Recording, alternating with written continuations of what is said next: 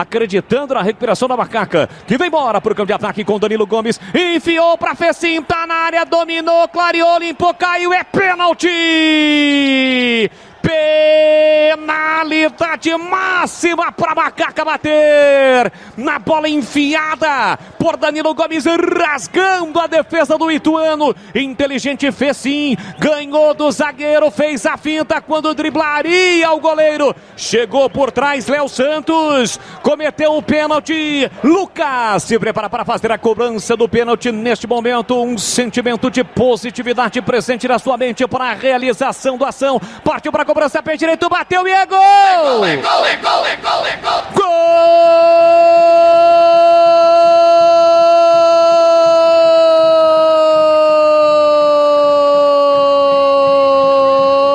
Gol da Ponte! Desfraldado, preto e branco é sua cor.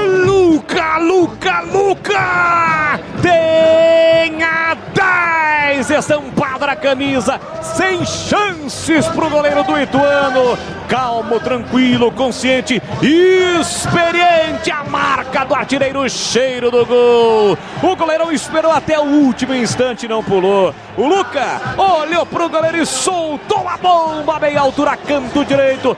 Faz a festa macacada. A Ponte sai na frente em Itu com o seu artilheiro Luca. Luca marca mais um. Pula, sai do chão e vibra a macacada.